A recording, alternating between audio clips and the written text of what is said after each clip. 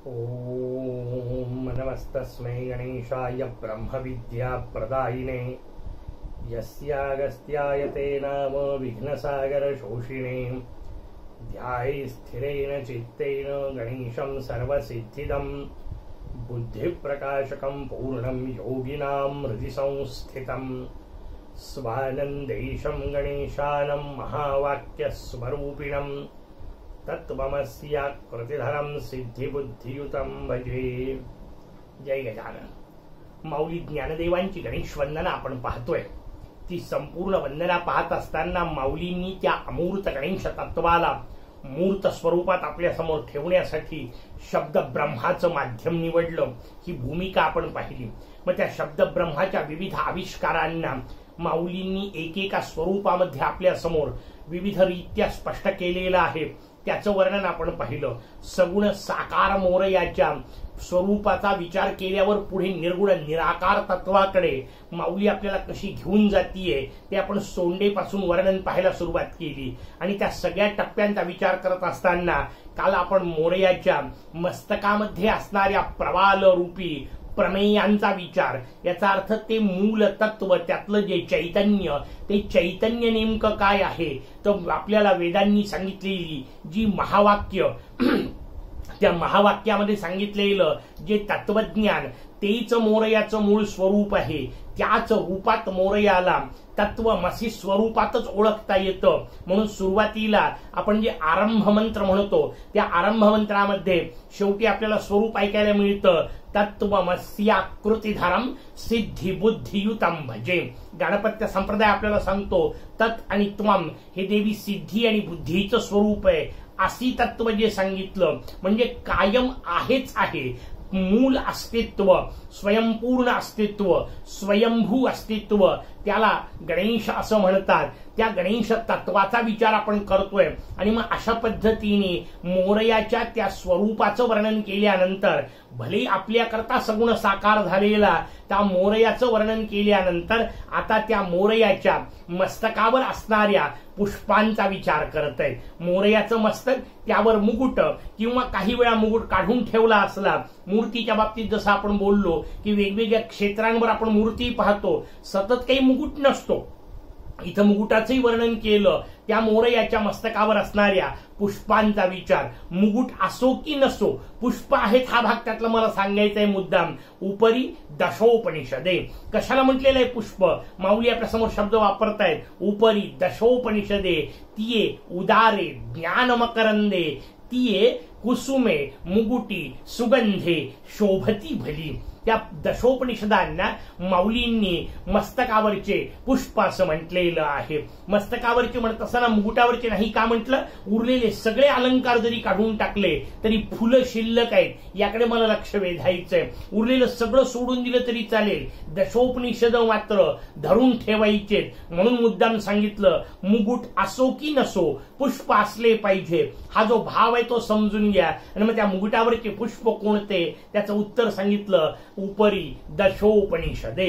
या सगळ्यांच्या वर दशोपनिषद आहेत। सगळ्यांच्या याचा अर्थ वेगवेगळ्या प्रकारच्या सगळ्या साहित्यिक किंवा शब्द ब्रह्माच्या वेगवेगळ्या आविष्कारांचा विचार आपण करत आलो।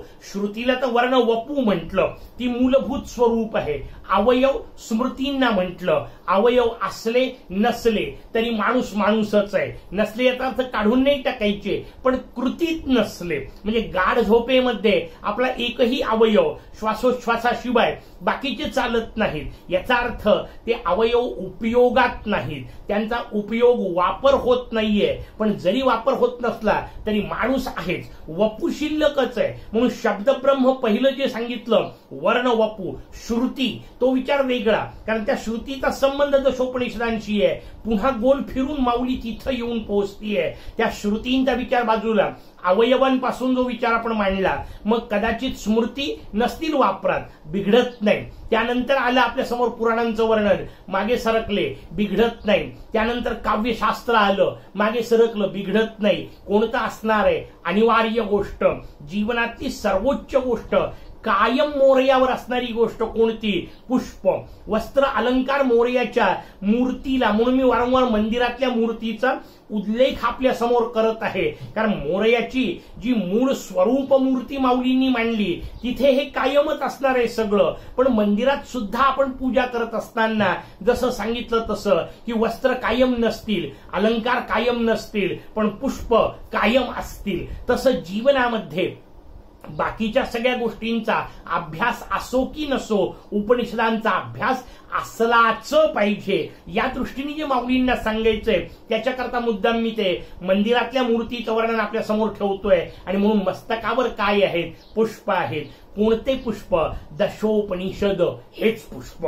आणि मग पुढचा विचार आणखीन समजून घ्या. एक एक टप्पा माऊली सांगत असताना एक एक मजेदार शब्द वापरते, एकेका शब्दातून वेगवेगळ्या छटा आपल्या समोर ठेवते. जी आहे उदारे ज्ञान मकरंदे, ज्ञान मकरंदानी भरलेलं ते जे पुष्प आहे त्या पुष्पाचं वर्णन केलं, त्याला उदार शब्द वापरला. पहा बारकावे किती असतात, किती एक एक शब्द ठेवताना माऊलींचं चिंतन त्याच्या मागे असेल, किती शांतपणे एकेका गोष्टीचा पूर्ण अभ्यास करून माऊलींनी एक एक शब्द ठेवलेला असतो. आतापर्यंत फुलांचा विचार येऊन गेला, वेगवेगळ्या पद्धतीने त्या मदांचा म्हणजे भुंग्यांचा विचार, कमळ पुष्प या अर्थाने फुलांचा विचार येऊन गेला म्हटलं मी, कमळाचा विचार येऊन गेला, आपल्या समोर त्या मदरेषेचा विचार आला, त्याच्यावर आलेल्या भुंग्यांचा विचार आला. पण यातल्या कोणत्याही गोष्टीला उदार शब्द वापरलेला नव्हता. आता जो वापरत आहेत तो उदार शब्द वापरत आहेत. कोणत्या अर्थाने? कारण कमळाचा विचार जेव्हा केला होता तेव्हा आपल्याला तिथल्या आसक्तीचाच विचार करायचा होता, त्यातल्या अडकणेपणाचा विचार करायचा होता. त्यामध्ये कसा तो जीव रूपी भ्रमर गुंतून पडतो त्याचा विचार केला होता. आता भ्रमराचा उलटा विचार केला. वर जेव्हा आपण भ्रमरांचा विचार मुनी आली स्वरूपात केला तेव्हा रचना बदलली होती. आता अडकणारा भुंगा नव्हता वर्णन केला माऊलींनी, कारण शेवटी दृष्टांत हे एकदेशीय असतात. याचा अर्थ तेवढ्या पुरते समजून घ्यायचे असतात. कमळातल्या भुंग्याचं जे वर्णन आहे ते भुंग्यांचं वर्णन मुनिरूपी भुंग्यांना नाही लावायचं, कारण कमळातला सामान्य जीव आहे, तो संसारासक्त जीव आहे. मुनी जेव्हा वापरायचे तेव्हा ते आसक्त असणारे नाहीयेत, ते निरासक्त मुनी आपल्या समोर सांगितले. आणि म्हणून वरच्यावर उडणे हा जो भुंग्याचा स्वभाव आहे त्याचं आपण चिंतन तिथे केलं. इथे आपल्याला त्याच्या एक पलीकडे आणखीन टप्पा वापरतायत. आता ज्ञान मकरंदे शब्द वापरला, कारण भुंग्यांच्याही बाबतीत लक्षात घ्या, उन्नती आपण सांगत आहोत. संसारात अडकणारा भुंगा तिथपासून बोध मदामृत पिणारा भुंगा इथपर्यंत जाऊन पोहोचले, पण तेवढेही केलं तरी तो त्याचा वैयक्तिकच उन्नतीचा विषय आहे, भ्रमरापुरतच आहे. तो भ्रमर स्वतः आस्वाद घेईल, आनंदित होईल त्या मकरंदानी, बिघडणार नाहीये, आनंदाची गोष्ट आहे. पण बाकीच्यांना काय उपयोग? आता हिशोब वापरताना ज्ञान मकरंदाच्या उदारतेचा विचार केला. याचा अर्थ हे मकरंद इतरांना देण्यासाठी आहेत, उदार आहेत. ते उदार आपण त्यांनाच म्हणतो जे आपल्या जवळ असलेलं सगळं इतरांना देण्यासाठी सिद्ध असतात. हे मकरंद कसे आहेत? आता हे मकरंद उदार असलेले आहेत. ज्ञान जे आहे ते सगळ्यांपर्यंत पोहोचण्याचा विषय आहे. पहिल्यांदा बोध शब्द वापरला होता, बारकावे लक्षात घ्या. बोध स्वतः पुरता होणार आहे, तो इतरांना नाही देता येत. मला काय दिसलं याचा आनंद मलाच मिळणार आहे.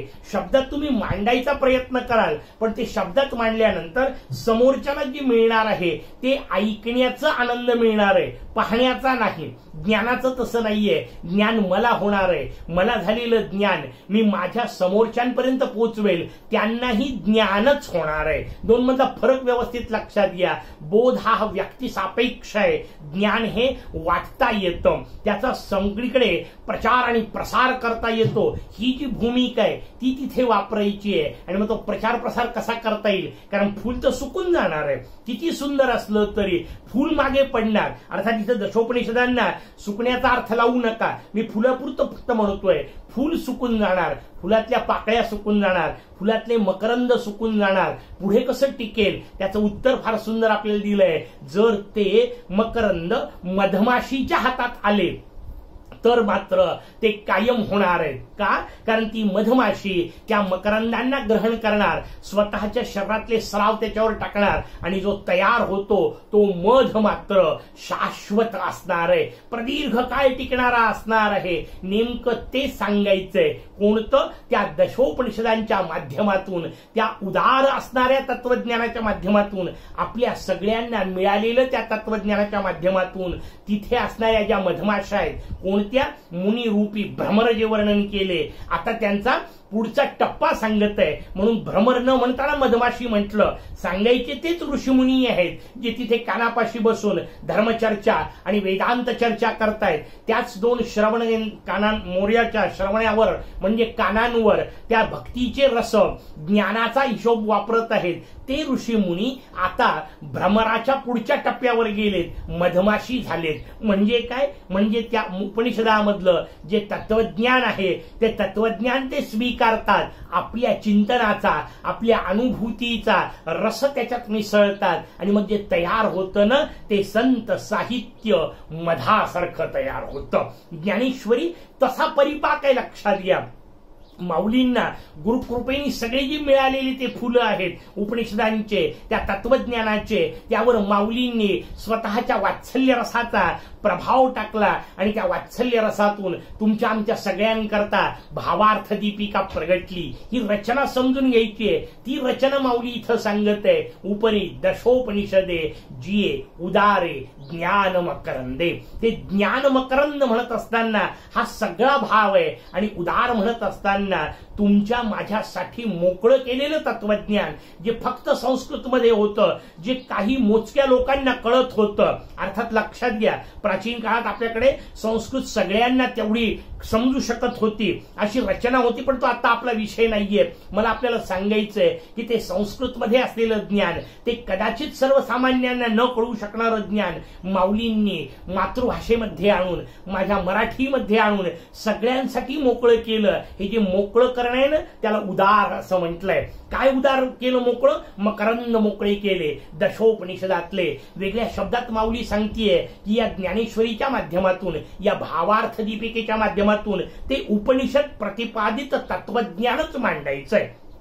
कारण शेवटी त्या उपनिषद प्रतिपादित तत्वज्ञानाचाच एकत्रित गाभा म्हणून भगवद्गीतेचं वर्णन केलं. गीता दशोपनिषद गावो दोग्धा गोपालनंदनहा, ही भूमिका आपण पाहिलेली आहे की 10 उपनिषद ही जणू काही गाय आहे. भगवान श्रीकृष्ण त्याचे दोहन करते बसलेले आहे. जे तयार झालं ना ते गीता रूपी अमृत आहे. त्या गीता रूपी अमृताला, त्यातल्याही मधाला, कारण अमृत रूप दूध रूपी अमृत म्हटलं तर दुधालाही मर्यादा आहे काळाची, पण त्या दुधावर प्रक्रिया करतीये माऊली. दही, लोणी, तूप, आणि एकदा तूप तयार झालं ना की मग ते खराब नाही होत. भावार्थ दीपिका आपल्या समोर माऊलींनी तशी आणून ठेवली. आपल्याला ते समजून घ्यायचंय, कारण त्याच्यासाठी प्रार्थना केलीये. कोणाला? मोरयाला. काय प्रार्थना केली? हे ज्ञान मकरंद मला आता सर्वत्र पोचवायचे. हे तुझ्या मस्तकावरचे जे फुलं आहेत ना त्याचा सुगंध मी घेतला, त्याचा आस्वाद मी घेतला,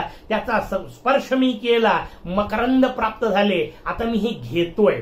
लक्षात घ्या, मोरयाच्या जवळची बाकी कोणतीही गोष्ट आपल्याला घ्यायला परवानगी नव्हती. मोरयाचं वस्त्र घेता येत होतं का? त्याचं उत्तर आहे नाही. मोरयाचे अलंकार घेता येत होते का? त्याचं उत्तर आहे नाही. मोरयाच्या हातातले आयुध आपण घेऊ शकत होतो का? मोदकाचा प्रसाद म्हणून विचार बाजूला ठेवा, पण उरलेल्या आयुधांना घेण्याची परवानगी नव्हती. एकमेव गोष्ट आहे भगवंताला अर्पण केलेली आपल्याला घेता येते, त्याचं नाव आहे पुष्प. म्हणून हे दशोपनिषद आपल्याला घ्यायचे, आपल्याला स्वीकारायचे.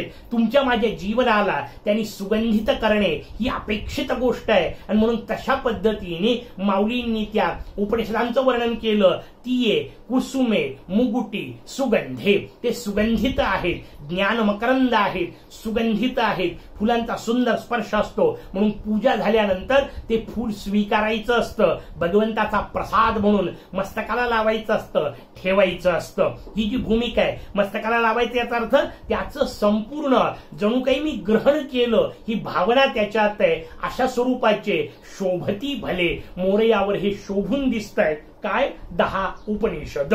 या दशोपनिषदांना वेगवेगळ्या प्रकारच्या पुष्पांच्या रूपात सांगितलं. फुलं सुद्धा कोणते? मोरयाला लाल रंगाची आवडतात. लालचं चिंतन अथर्व शीर्षाच्या वेळी आपण केलं होतं. मजेदार गोष्ट लक्षात घ्या, जिथे आल्यानंतर थांबायचं असतं ना त्याचा रंग लाल असतो.